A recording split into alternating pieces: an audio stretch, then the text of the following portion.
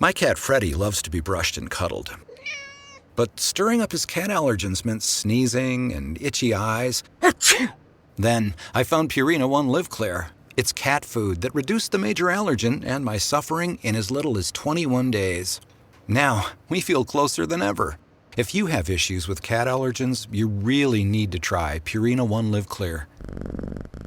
Try new Purina One Live Clear today. Purina One, a difference from day one. For almost 30 years, Nevada has benefited from a law that requires proceeds from the sale of public lands to go to Nevada coffers. But now that law is in peril based on a late-night amendment to a federal budget bill co-sponsored by Northern Nevada Representative Mark Amadei. Today on CityCast Las Vegas, we're going to talk with Christy Watson. She's the executive director of the Nevada Conservation League, and she'll help us explain why the Amadei bill has become instantly controversial and how, if passed, it may literally change the landscape of Southern Nevada. It's Monday, May 12th. I'm David Figler, and here's what Las Vegas is talking about.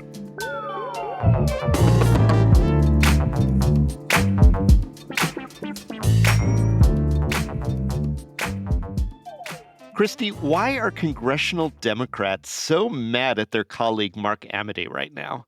Well, they feel like there was a late night decision, a late night sort of ram and jam, if you will, without their consideration. And for our 3 congressional delegates that represent Southern Nevada, this is an enormous change, an enormous culture change for our state and for this law, as you mentioned. And I think that they probably feel like it would have been nice to have known. It would have been nice to have been looped in on something that would be such an enormous change for our state. Yeah, and Amadei's reputation, he's a Northern Nevadan, so we don't get to talk about him so much down here in Las Vegas, but is kind of like, not really a rebel or a put himself out there guy. So this seems to be a bit of a change of position from him. The opening up of the public lands in Nevada has been governed by this Southern Nevada Public Lands Management Act, or SNPLMA, as it so easily rolls off the tongue. That's right. And so does Amadei's bill take direct aim at this, or does it do something just as a different process? It wipes it out. So the amendment actually wipes it out. So what would happen in this case is that land would be transferred from the federal government to the counties. The counties would have to bear all of the cost for any processes that they would deem need to happen in order for like habitat protection, trail maintenance, trail development, any sensitive areas that might be historical sensitive spots or areas. All of that would land on Nevada state taxpayers at that point. Okay, so when you say it wipes it out, I just want to clarify. So moving forward, those type of lands would not be subject to the Southern Nevada Public Lands Management Act. But that's right. Current swaths that are in there still would be covered by it? That's correct. So right now, when the land is transferred, the money comes in. That money gets used for this type of development and protections. And what would happen going forward is that Nevada would no longer get those funds. And I think it's helpful to know that in Clark County alone, those funds value at $2 billion. When you consider that the annual budget for a state like Nevada is somewhere in like this $35 to $39 billion budget, an extra $2 billion to make sure that we're maintaining lands, area for recreation, conservation, that's a huge amount of money. And Nevada taxpayers are paying into that, right? Like we pay taxes. And so it's important that we make sure that those dollars come back to us. Okay, so this is all really interesting and how it sort of interacts, maybe bypasses or flies in the face of this Public Lands Management Act that former Senate Majority Leader Harry Reid, rest in peace, was able to negotiate for our state. I am still curious about how Amadei kind of put this in play. I saw a video clip of a congressman from Colorado, Joe Neguse, who seemed genuinely surprised. Do you see that clip? I did see the clip, yeah. Yeah, and so maybe we'll either link to it or try to play it here. It's a good one. They support this amendment? They are aware of the They're aware of it? Don't put words in my mouth. I'm asking you. I'm not putting words. I'm asking you. I'm saying, are they supportive of this amendment? You haven't asked your colleagues in Nevada whether or not they support the conveyance of land in their district, not yours? The answer to your question is no. Yeah, well, I think it is deeply irresponsible to put forth an amendment. And I don't take issue, by the way. I might have disagreements on the merits with Ms. Malloy with respect to the amendment, but I understand her desire on behalf of her constituents to move forward with this amendment. But I would think at a minimum, Mr. Amedei, that you would do your colleagues in Nevada the courtesy of at least striking that language regarding Clark County. Engage with your 3 other colleagues before this gets to the floor, and then have a conversation with them. But to basically say to them that they have no say as to what happens with respect to land conveyances in their congressional districts, I think it's a slippery slope. And I would hope that my colleagues, and Mr. Chairman in particular, I would hope that you would consider that as you weigh this amendment. Yeah, because he's really taking Amedei to task. Do you think he was genuinely surprised that Amedei was taking that position? Or was this something, do you think, that he was put up to do by the congressional delegation of Horsford, Lee, and or Titus? No, definitely not. I mean, even yesterday, I started to reach out to the federal delegation teams and heard directly from a couple of them that there was absolutely no indication given that this was coming. There was no conversation. There was no tip-off. There was absolutely no warning. There had been some rumors, and what I've seen is that Senator Cortez Masto did hear the rumors, reached out to Amedei in advance to say, we're hearing this, we don't know the specifics, but this is really going to be bad for you because Nevadans ultimately do not support what you want to do with this amendment. Mm-hmm. So, no, I don't think that was a dog and pony show. I think that was real shock, and that our members of Congress, Representative Titus, Horsford, and Lee, were all just as shocked, just as Senator Rosen and Senator Cortez Masto were as well. Got it. Well, I mean, it's always been controversial, the selling of public lands. Conservation groups, environmentalists, they take different positions. Your organization has taken different positions. But as I understand it, under that Southern Nevada Public Lands Management Act, the sale of public lands have generally resulted in conservation of bigger parcels of other lands, sometimes to the point of it's 20-1 conservation to sell off. So how much public land will be conserved with Amedei's amendment if it goes through, and how much land are we talking about down here in Southern Nevada? Yeah, so there are multiple pieces here that I want to make sure that I cover. It is complicated, so I appreciate you kind of taking us through it. Well, I think the first thing I want to say is that the beauty of a lands deal is that we know it's coming. And partners that have a vested interest are going to come together, and they are going to find a way for everybody to give a little. The conservation community, developers in our current state with trying to find more clean renewable energy, solar developers as well. So you have the tribal communities. Folks come together. They literally, sit at a table, long email threads, you know how it is, finding a way to say, let's make sure that this makes the most sense. Yeah. These are issues where land that has already been established, that's going to be transferred to the state. We're going to take this chunk. We are going to make this transfer. And while we make the transfer, we're going to discuss and figure out what is tribally sensitive, what is historically sensitive, where is there great recreation, how do we balance affordable housing? So there's a lot of considerations. A diverse group of people get to come together and state their preferences, and then we come up with a plan and move forward. Right. The problem with this amendment, and the difference with this amendment, is that it does not include any of that partner engagement. It doesn't include any local community members, and it does not guarantee any conservation. Southern Nevada Lands Deal, Northern Nevada Lands Deals, they include a portion for conservation. It's a guarantee. This does not do that.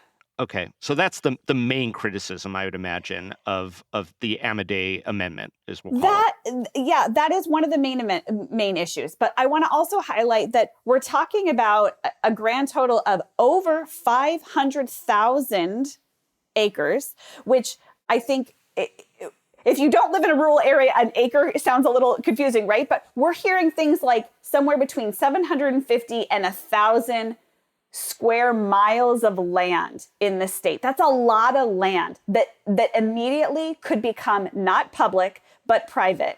And that gets very tricky with things like hunting, enjoying water sports, recreating. If you are on private land, now it's illegal. And that isn't something that is really part of our culture in the West. We like our open spaces. We like being able to go out and enjoy the outdoors with the freedom that this is land that belongs to everybody. But for Clark County, we're hearing and looking at maps showing us that it's somewhere in the neighborhood of 300,000 acres that would be in Clark County. Oh, interesting. I saw an accounting that was quite significantly lower, like 65,000 acres in Clark County. There's been a lot of back and forth on that, David. So I do think that even today, when I woke That's up still this a big morning, number. I mean, it's don't get me still a wrong, big number. Christy. Yeah. And I think we want to be careful with that, especially since this is going to come out on Monday. I just want to say that we do, I think, want to be mindful of the fact that information and research and how long it takes to really understand this it's taking time. And what I know today likely will be in the news different by Monday. So I think we should be mindful of that with the numbers, especially as it relates to Clark County. What I can say with certainty is that it's over 500,000 square acres across the state that would be Potentially impacted, or yes, right in the breadbasket. Yeah.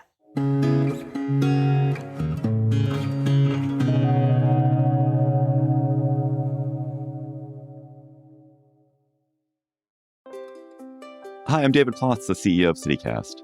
We've all set health goals: lose weight, exercise more, eat better.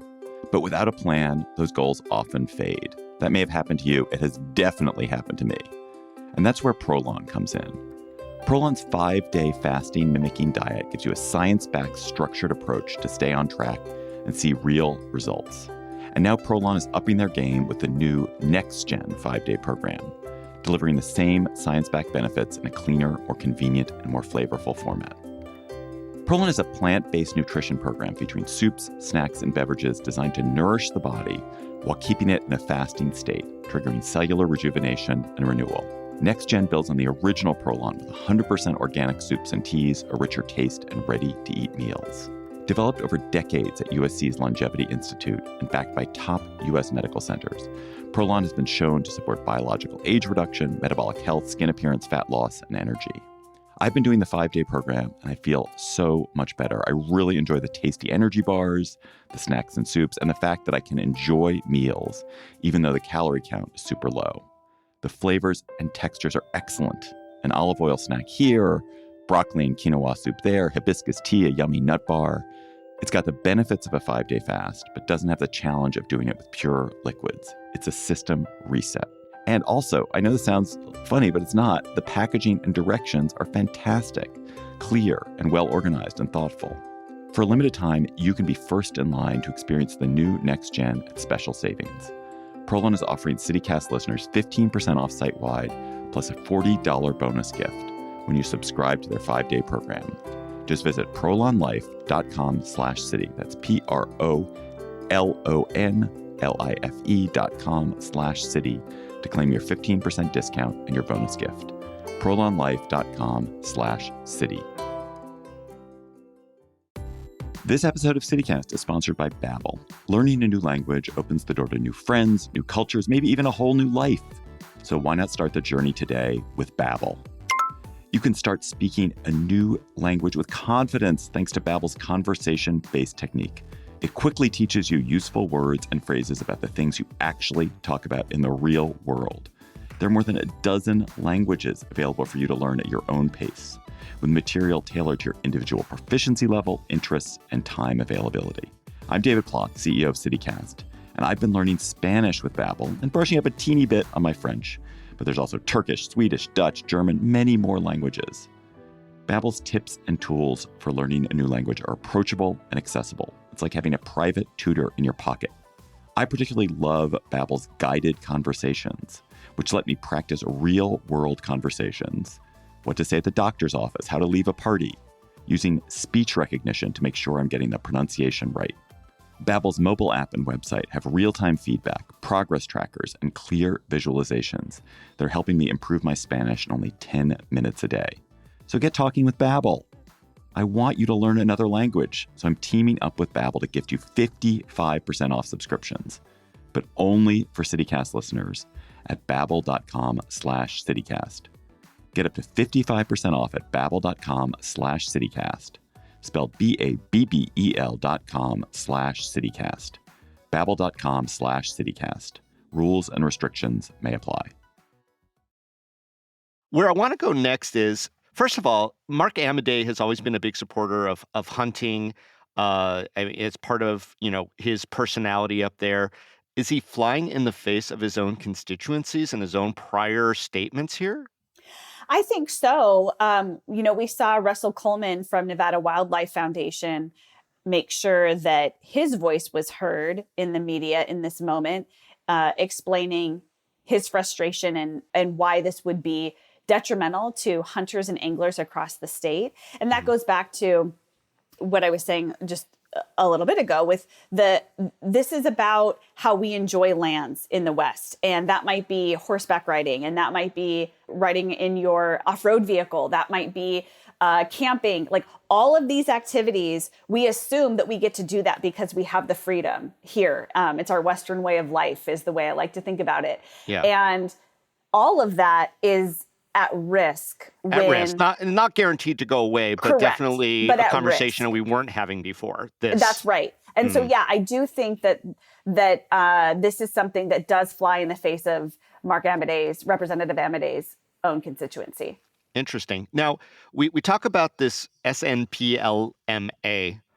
It's such a mouthful. But the Public Lands Management Act, basically, that we've benefited from, has given rise to something that has been euphemistically called down here the Clark County Lands Bill. This is something that was proposed by Senator Catherine Cortez Masto. That basically was what you said. It was a sort of a negotiated give and take, some conservation for some development, et cetera. Not all environmental groups signed off on it. Yours is one that did.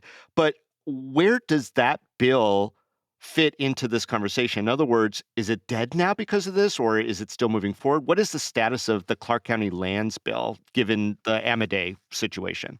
Yeah, so nothing is dead until it's dead, right? Like we like to make these jokes about vampire bills. But there has to be a vehicle for Senator Cortez Masto's Land Act to move. And currently, that vehicle should be through negotiation and through acts of Congress. What Mark Amadei's... Well, it's been introduced, right? I mean, it's been introduced. Yeah. Yes. And that's part of the problem is that we don't really want to make lands release decisions in our budget reconciliation process. It's not the right way or place to do it. And what Senator Cortez Masto's bill does is she did bring together those partners and stakeholders. Conservation had a big voice. The tribes had a big voice. Developers had a big voice. Mining has a voice. Like these are all pieces that come together. And that is exactly what the senator did. And that is how it was negotiated. And that's how we got it to the place where it was ready to be introduced. Okay. And what would potentially happen and what Representative Amadei is trying to do is say, we don't need that anymore. We're going to do this because this includes all of that land, but more. So, is the concern that the Amadei Amendment, because it has such a different approach to that return funding than the Catherine Cortez Masto County Lands Bill, that conflict may result in Nevada losing out? Is that basically the principle? Yes.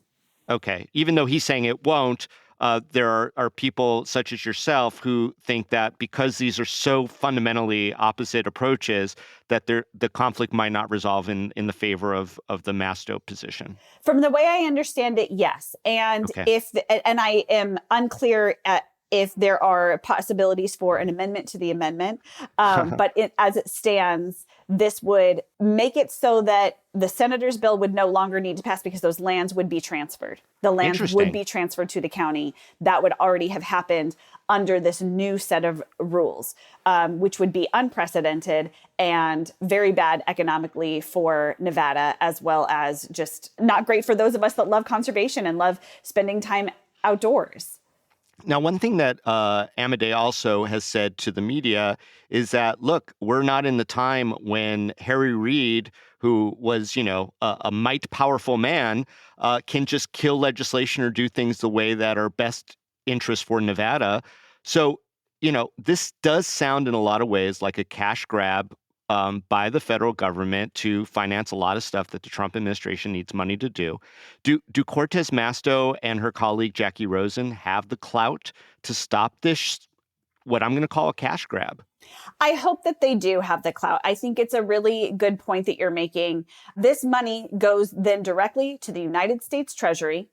Nevadans do not get any piece of it. It helps the billionaires that it seems that Amade is siding with over everyday Nevadans. And I do think, and I do hope that Senator Rosen and Senator Cortez Masto can find a way to negotiate and push back. But it's not just up to them. They need to hear from us. I know my family and I absolutely love to be outside, going on hikes, enjoying Red Rock, going out to Lake Mead Recreation Area. I mean, I've lived in this town for over 30 years. These are some of my favorite things to do. And I need to be calling and letting my decision makers know that I do not want any of this land to be privatized. I want to be able to enjoy it. And that helps to give our decision makers that extra oomph, that extra backing, that encouragement to stand up for us over out-of-state billionaires. Okay, well, I will give you the talking point of the siding with out-of-state billionaires without necessarily pushing back on you, Christy, but, without knowing exactly who's going to buy up this land or who really is going to benefit from it if it even goes through. I will say this, though. It is distinctly and clearly money for the federal government that is looking for money and, basically in line with the Trump administration's desire to get more money into the federal government without taxes. So Yeah. let me ask you this. How will Amade's amendment here to the public land sales affect residents in Southern Nevada? I mean, we aren't as, big on hunting and angling and stuff as maybe our friends up in Northern Nevada are. Well, one thing is that there is a lot of SNPL money that does go toward water conservation. We care an awful lot about water conservation in the state. Oh, that's for sure. Yeah. We also enjoy our biking and our trails and our hiking. 85% of Nevadans say that they recreated in public land at a national monument or a national park over the last year. One of the fastest growing economies in the state is the outdoor recreation economy, bringing in something like $8 billion a year to the state. I mean, those are huge numbers. So people aren't coming to Vegas just to gamble and just to visit the Las Vegas Strip. While they enjoy that, it's also in Southern Nevada, too, it is a huge economic driver. And in a state like ours that constantly suffers from a boom and bust cycle, we want to make sure that every aspect of our economy stays strong. And I think that one of the major issues here that I see is shutting out a major growing economy with outdoor businesses and outdoor recreation and visitation to our parks, shutting that down or making that less accessible to the average person it's a really bad move. It's not popular. It's not supported. It's not what Nevadans want. So I'm going to shift gears just really quickly on something I think is related. Generally speaking, we've been hearing very loud calls for more public lands to be opened up to create space for affordable or attainable housing. Governor Lombardo has clearly made that a priority, and even Dems have signed on. People like Susie Lee, down to Shelley Berkeley, the mayor of Las Vegas, have come out in support of opening up these, federal lands, and that has really been a consistent drumbeat for months now. Did all that talk, in your opinion, Christy, of opening up public lands for the purpose to, create more housing and more opportunities in our community, do you think that may have laid some of the groundwork for Amade to make this move without fear of a pushback? I think that when we talk about public lands and affordable housing, we can't talk about it without addressing that without carve-outs, without guarantees for affordable housing to be built, we can't assume that it will be there. And that is one of the main benefits of Senator Cortez Masto's bill, is that it is stated exactly what percentage of the development must be affordable housing. And when we have, when you see organizations like Nevada Conservation League be supportive of that, you mentioned Congresswoman Lee being supportive of that and being vocal in her support of that. Part of the reason we get to do that is because we understand that this region of the country is growing and that we need to do it mindfully, and we need to ensure that we have the water that we need, the development, and the affordable housing. And when you negotiate a lands deal where affordable housing caveats are included, great. But a lot of these other conversations are not including that. They are just a wholesale sell-off of our lands. We don't get any of the money for it, and there's no guarantee that affordable housing will be built. How likely is this to be passed and implemented? And what should people who are concerned about their voice being heard do right now?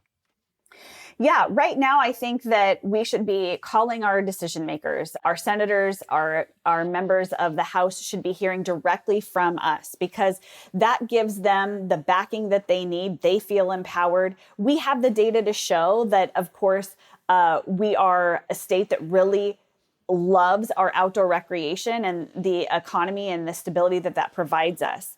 And we want to make sure that in this moment, our decision makers that need to stay strong and push back against this are empowered to do that. And I think that's also true of folks that are in Northern Nevada, where Rep. Amedee is their representative. They need to hear from him too, that this is bad. This is not good for the state. This is not good for our culture. And hopefully, that's exactly the sway that he needs to amend the amendment or kill the amendment. Well, what do you think the likelihood is from where you sit? I'm hopeful. One thing that I know about Nevadans is that we are we'll get loud when we need to get loud, and we our organization, as well as other organizations, are coming up with their strategies and plans to mobilize and make sure that within the next couple of weeks that we do not open up these large parcels of land to out-of-state developers. I mean, that's ultimately what we think will happen. And so we need to really push back against that and ensure that doesn't happen. Well, Christy, I really appreciate your perspective. And certainly if there's anyone listening to this who has a different position, or even, Senator Amedee, if you're a big fan, we'd love to have you on to kind of explain what your thought process is. Christy, thank you so much for joining us today on CityCast Las Vegas. Thanks, David. I really appreciate you inviting me. It's been a great time.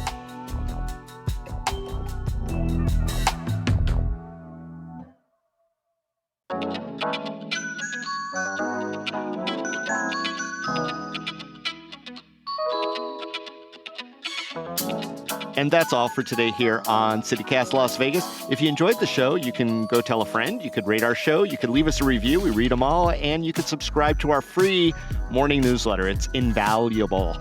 We'll be back tomorrow morning with more news from around the city. Till then, stay lucky.